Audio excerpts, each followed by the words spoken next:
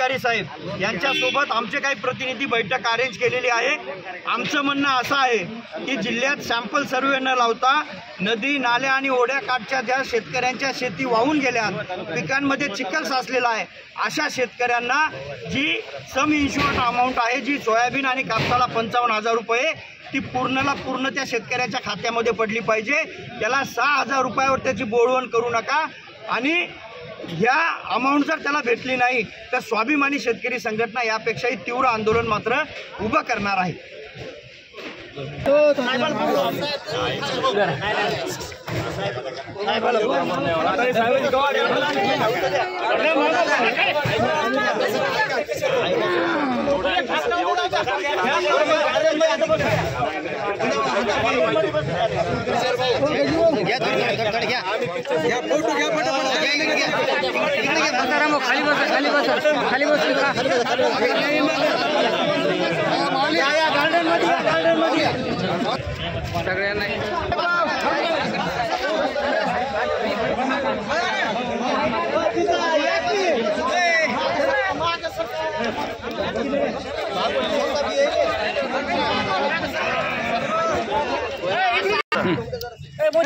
साहेब गेले रा जोपर्यंत मला 55,000 रुपये मदत मिळत नाही तोपर्यंत मी इथून जाणार नाही। मी इथेच रात्र दिवस बसून राहणार आहे। गाडी बैल घेऊन येईन पुन्हा इथंच भाकर खायलो आजच्या पूर्वशी, पण उद्यापासून नाही भाकर नाही काय नाही, बैल गाडी घेऊन भाकरी येणार आहे आणि इथंच भाकरी खात बसणार आहे। इथं चूल पेटणार आहे। घरी काय सरपंच केलं बिजून सगळं धुवून गेलंय।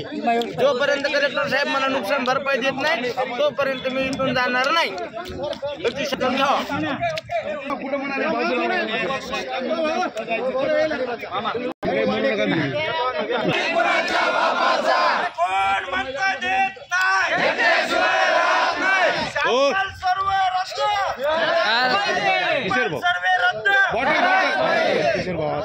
ती पाण्याची वॉटर मागे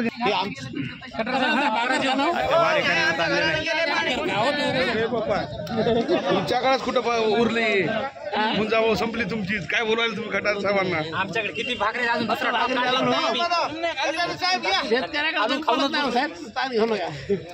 किशोर असं समोर या तुम्ही, इथं झाली तुमची भाकर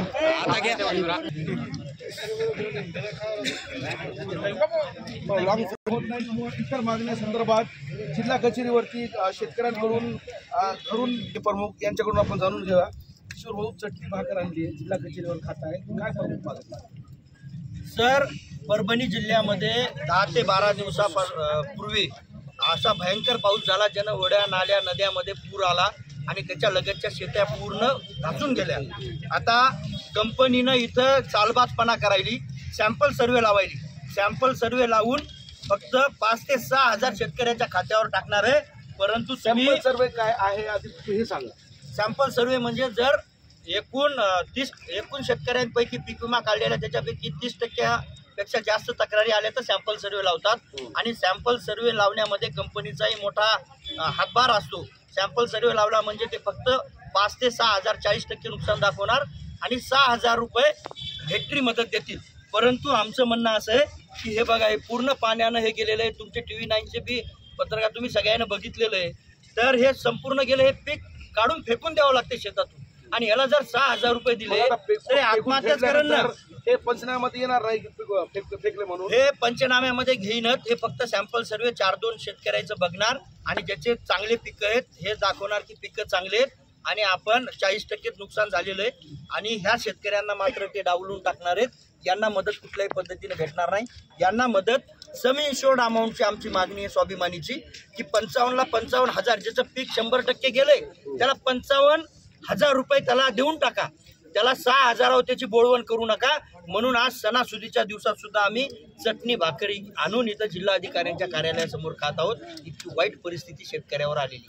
जिल्हाधिकाऱ्यांना भेटले तुम्ही, काय जिल्हाधिकाऱ्यांचं बोलणं झालं तुमचं आणि त्यानंतर तुम्ही येऊन चटणी भाकर घेऊन आंदोलन करताय? जिल्हाधिकारी साहेबांनी आम्हाला आश्वासन दिलंय की उद्या 3 वाजता कृषी अधिकारी, पीक विम्याचे अधिकारी आणि आमचे स्वाभिमानीचे आणि शेतकरी शिष्टमंडळ आम्ही बैठक लावू। त्याच्यामध्ये सर्व मार्ग काढू आणि कशा पद्धतीने शेतकऱ्यांना न्याय देता येईल हे बघू, असं चालू आहे।